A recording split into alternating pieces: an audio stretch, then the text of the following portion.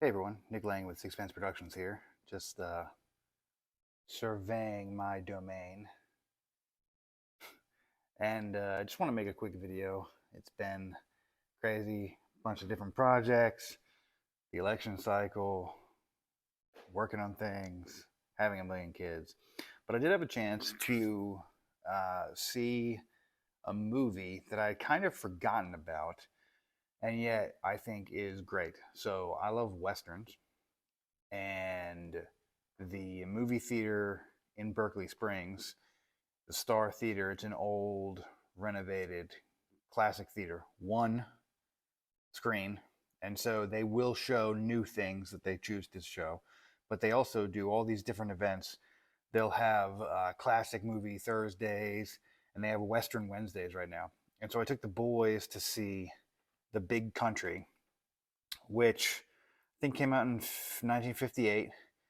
And at the time, it was notable because let me see if I can get all my actors right here. Gregory Peck plays the main character, McKay, and oh, what's his name? Charlton Heston. That's right, of Ben Hur and the Ten Commandments fame, plays a sort of supporting role, which at the time was odd because he was generally more of an action star or the tough guy.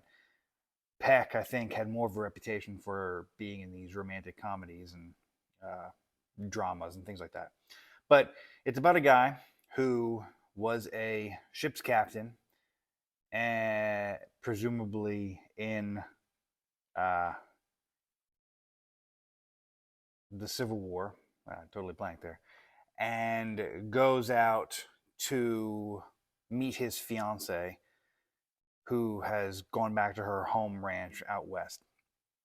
And he is an indomitable man, spirit wise. I mean, he is a tough guy, but he doesn't present himself in a sort of macho, um, uh, comical, you might think of these sort of stereotypical Western hero. He doesn't present himself at all as Clint Eastwood in a Clint Eastwood Western. He presents himself as a quiet, polite, reserved guy. And he will allow certain things that other people can't believe. You know, the movie starts with him getting roughed up a little bit by these drunk thugs because, as it turns out, his fiance's family is uh, in a feud, this long-standing feud with this other family over water and land for their cows. And so these drunk thugs from the other side kind of goof around him. They rough him up a little bit. They tie him up and pull him around a little bit, but nothing serious. And when his fiance tries to pull a gun and shoot them, he stops her. And then he basically has the attitude, all right, they're drunk. It's no big deal. It was unpleasant, but whatever. And the local people and his fiance and her family just cannot fathom this. And it continues, and he becomes aware as these people try to get him to do certain things. Oh, engage in this fist fight kind of for show, tame this horse for show. And he'll do these things then later.